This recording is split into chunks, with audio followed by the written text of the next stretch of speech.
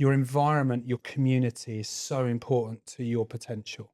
Like, good people see more in you than you see in yourself. And I think what we don't realize is in our country, because of the hierarchical thing that's gone on for years and years and years, it's about being the top, not being at the bottom, and lifting people up and lifting your knowledge. And I think where I see the Aussies is they don't need someone to give them false adulation. Yeah. They're already believers in who they are and what they do, and they actually help celebrate others in their potential as well. And I really like that kind of thing. That for me, that's part of the reason I'm doing the podcast. I love saying to people how well they're doing or how proud I am of them. We do need more of that in this country, bigging each other up. I was going to say the next thing I was going to ask you, Matt, is on the industry. Like I think you asked it the other day on, or maybe on your pod or somebody, maybe it was the one you did your 300 episode. Like, has the industry moved forward in the last 5 to 10 years? And also equally, where do you see it going in the next 5 to 10 years? Well, I've been talking a lot about this. I've been doing a lot of my own research by being in conversations. Selfishly, podcasting gives you an opportunity to talk to people and take stuff away and think, well, maybe that's something we need to do. I think there's a few things these are my observations. I think if you look at self-employed brokerages, it feels like there's a mass dilution going on. And I feel like, and we talked about this at our mini conference yesterday, is that you're just another independent person saying the same stuff as everybody else with a little logo at the bottom. How are you really any different to any of the other people in that area who represent the same thing? Why would I want to pay you more than the bottom person charges over there? What are you going to do that's different when you're all saying the same thing, sharing the same thing? I think the people that got in early into those things, fair play, got in at the right time. People that are going in late, just watch out. And I mean that with respect. That's not jealousy, because you can't believe, I'm a massive fan of Adam Day, his nonchalance and everything else. But I know for a fact that what the average agent earns in those models is less than the high street, less than the traditional model. And the top billers in that model, would they have done it on their own, under their own thing? Probably, and probably be able to do some more different things, perhaps. So I think, yes, it's facilitated some growth, and I think it will continue to do that. I think you'll see more brokerages that fold in brands under a kind of like an umbrella. And I see that being a real positive. Do you see, sorry, just on that, do you see, again, because in my mind, I see huge growth from some of the bigger ones happening through acquisition. Is that, do you see that happening? I was talking to someone about this the other day. I think it was Ian Macbeth I had on with Lee O'Brien.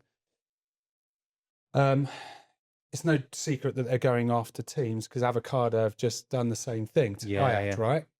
That seems like a more sensible growth opportunity, which is why I'm sure Adam was smart enough a couple of years ago to think, you know what, this is a great thing. It's going to help us to lift ourselves into brokerages. And that's probably played quite a big part in them reaching 1,000 agents. Yeah. And this is, like I said, I'm a huge admirer of helping people to achieve their goals.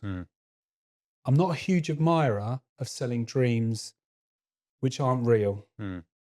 And I think there's a very fucking fine line when it comes to why are you recruiting so hard the people that are failing so fast? And I don't like that. Now, in the traditional model, you could argue the failure rate's exactly the same, 40, 60% in that region.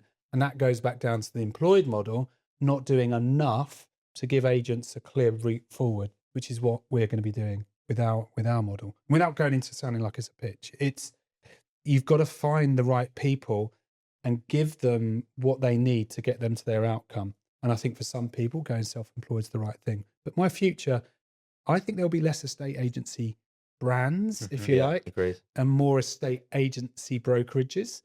And I think the corporates will continue to get challenged by the market in the sales format. I mean, that it feels like they're still in 1990 something at times in the way in which they operate, because their model is so restricted to growth. And what I mean by that is if you're someone with a personality and you've got self-education at the forefront of your growth and you want to go and improve and stretch and everything else, is you can't. You're going to have a box that surrounds you, and that the sides of it are going to just push you back into somewhere called your comfort zone. So that's going to be a hard thing to grow, right? In my opinion. Would you agree with that? The corporatized models? Well, do you think corporates will pivot at some point? Because I know that there's certain corporates have dipped their toe in the water for area partners, and they've kind of tried to go brokeragey. Can you see them pivoting at some point, or do you think they're too set in their ways in terms of how regimented the business is run? Because as we both know, some of those businesses we work for were very much run by accountants on spreadsheets. Yeah, I think I already know that people who are in an independent models are breaking rules that will probably break the brokerages. What do you mean by that?